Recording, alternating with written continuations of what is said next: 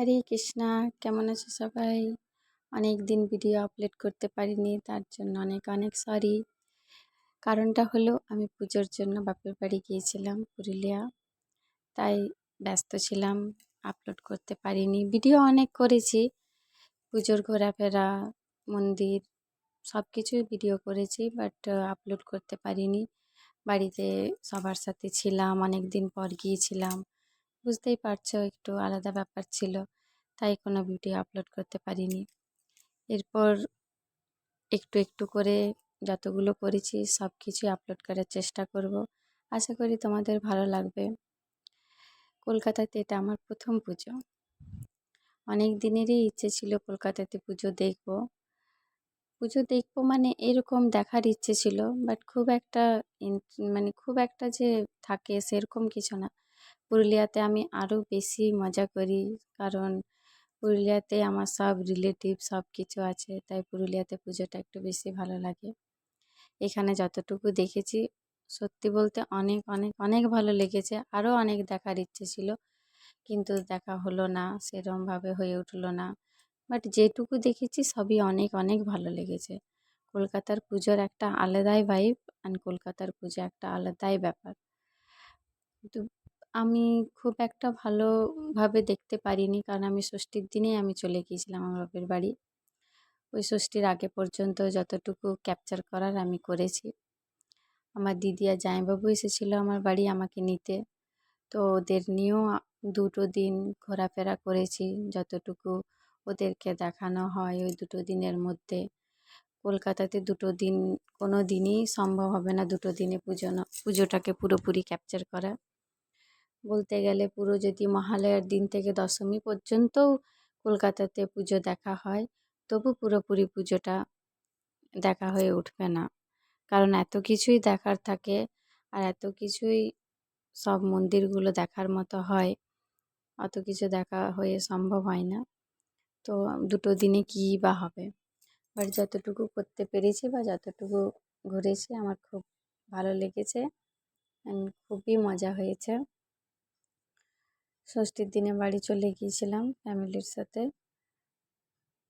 ওখানেও খুব মজা হয়েছে, ওখানেও খুব ইয়ে ভালো লেগেছে।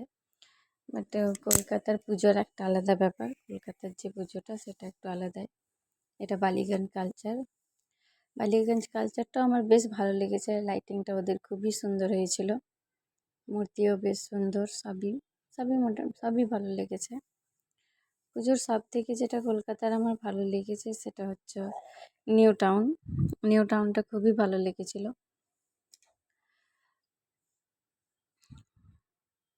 এটা একটা মন্দির ইনকমপ্লিট ছিল, রাস্তায় যেতে দেখলাম, তখন ওখানে উঠে গিয়ে একটু দেখলাম, মূর্তি খুব সুন্দর হয়েছিল, সাজানো গোছানো কমপ্লিট হয়নি, হচ্ছিল তখন।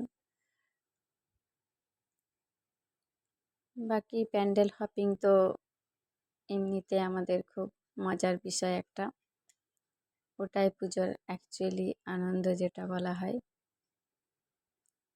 এগুলো বেশ সিম্পলের মধ্যে সবই ভালো হয়েছিল, খারাপ কিছু হয়নি, সবই ভালো লেগেছিল আমার।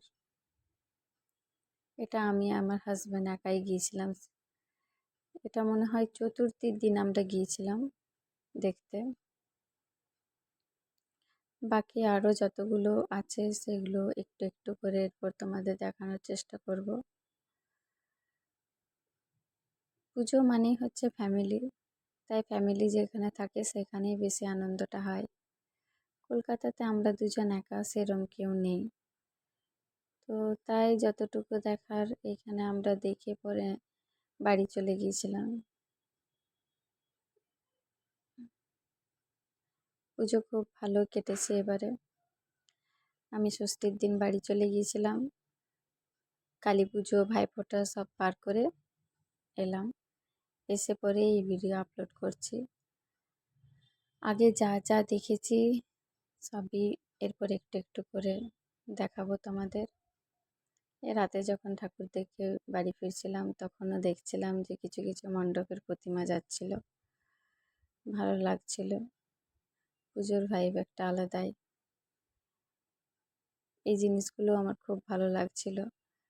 ওই মন্দিরের প্যান্ডেলের আশেপাশে এগুলো জাস্ট একটা মেলার মতো বসেছিল। নিউ টাউনের মেলাটাও খুব সুন্দর বসেছিল। চলো আজকে এখানের মতো এইখানেই শেষ, দেখা হবে পরের ভিডিওতে।